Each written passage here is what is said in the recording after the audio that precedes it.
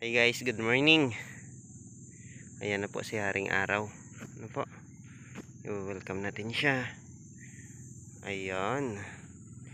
Early in this morning, dito kami sa Cagayan de Oro, Palawan po area. At magja-jogging, sumama lang ako sa kasamahan namin para makapagpasyal ng bahagya. Ano po?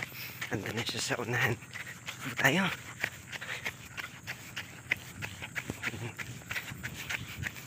Ayan. Ang ganda rito. Tingnan ninyo, white sand po ito. Ayan.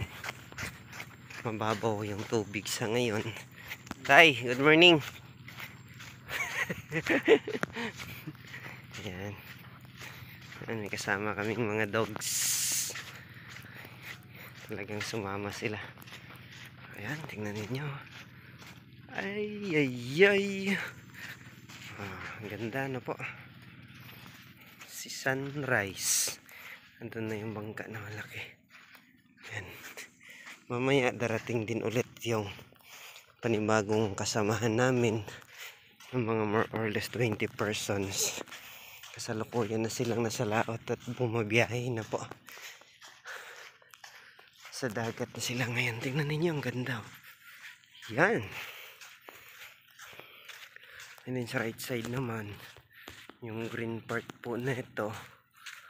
Ayan. Doon kami galing. So far ay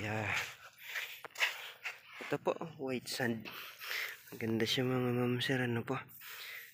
Nais kong magdala nito pa uwi. Remembrance. Yan po. Tapos last day po ay umulan.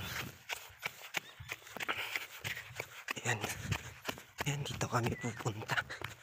Lumiko na si tatay. Sige. Ayan. Pupunta doon, mahaba. Ito yung runway, tay? Okay. Ito yung airport po. For emergency landing. And then yan, tumakbo na si tatay. May mga pang private planes lang po ito para anytime na may bisita rito sa Cagayan de Oro ay dito po ang lapag. Tumakbo na po sila. Takbo na rin tayo.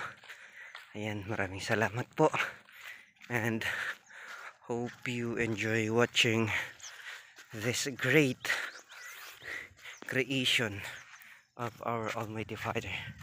Thank you and God bless.